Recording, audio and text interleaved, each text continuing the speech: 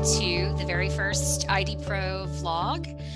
We're trying something new, and today we're going to be chatting with Andi Hindle.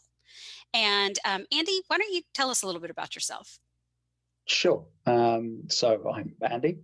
I have the honor and pleasure of being a founding member of IDPro. I'm on the IDPro board. And apart from that, I consult independently in digital identity based in the UK, where it's cold and we're under lockdown right now, but travel around the world, or at least normally I do, helping people out with identity challenges and problems, briefing on the market, and trying to energize the industry in various ways.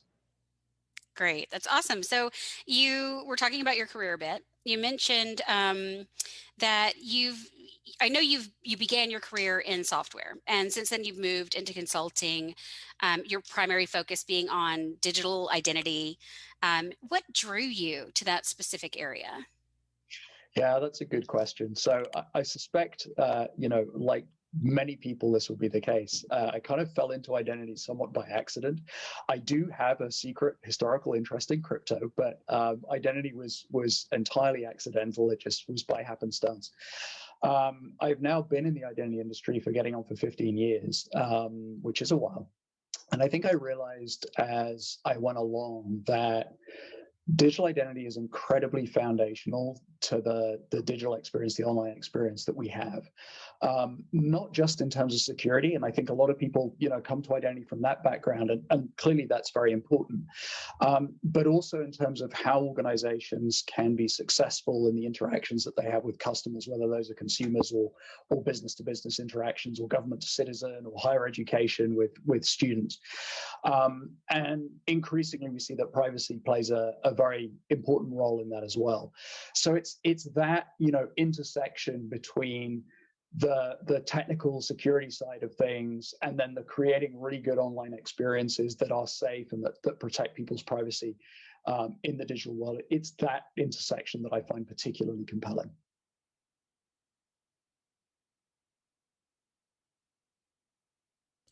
I know you're involved in several identity orgs and initiatives, including obviously being a founding member of IDPro. And you're also the content chair for Identiverse. So why do you feel that these organizations are so important for the identity industry? What do you see that they do for practitioners?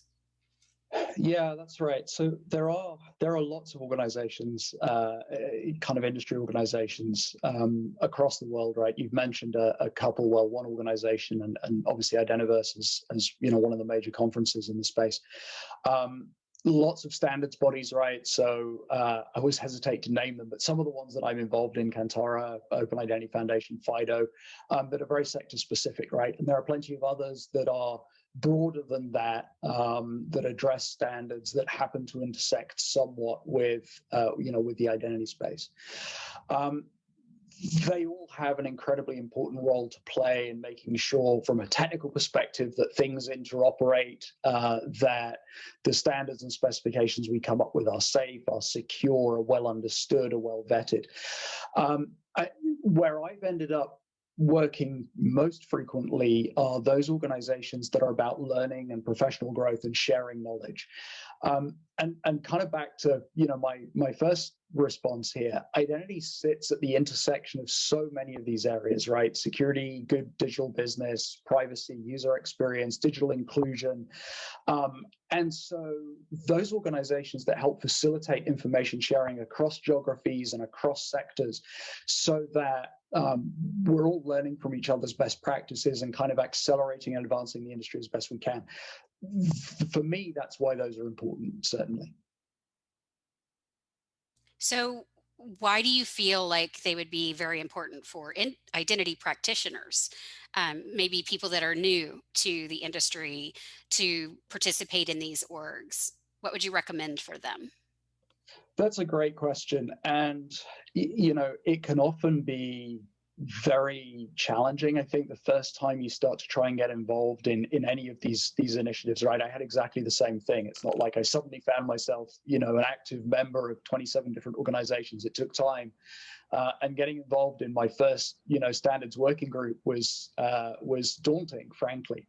I think for any practitioner in the space, it's hugely valuable, at least to start with, to gain perspective, to gain information from others, maybe who work in different sectors, maybe who work with different technologies as a way of expanding the knowledge you have into different areas or deepening it in one specific area of focus that you might have.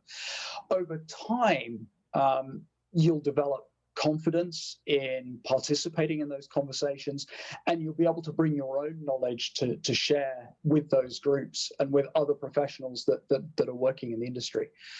And I think for a lot of people, that taking that step of going, well, I've been listening to the conversation for a while, now I have something to contribute. And for a lot of people, there's that sense of, well, is the thing that I have to say important, right? Am I going to say it the right way? Does it have value? And I think what people tend to find is the first one is hard, but 9 times out of 10, what you have to say is incredibly important and valuable, because there are perspectives that in our normal working lives, we just don't come across, right? If you're involved in one particular sector and that's your day-to-day, suddenly finding out that somebody in a different sector has a similar problem, but they've approached solving it in a different way, that can, help you as much as your perspective will help them. So I think it's incredibly valuable, both from one's own career development and personal development perspective, to get involved, but it's also hugely valuable to everybody else, right, to share those perspectives. And I think the only thing that you need is just a willingness to participate, a willingness to be open to hearing about other people's perspectives and learning from those, and then over time developing the I guess bravery almost to dive in and share those perspectives of your own, and recognizing that there are a lot of people in the industry who I think share that view and who'd be willing to help. Right, so it doesn't just have to be about you. There are people who can help you out. That's great. Thank you so much, Andy. This was really great information. Like I said at the start, this is our first time kind of kicking off this program. I think this is a great place to start. I think a lot of practitioners are going to get something out of this, and we hope they do. So thanks again. Have a lovely evening in the UK, and we'll talk to you again soon. That's great. Thanks very Bye. much. Bye.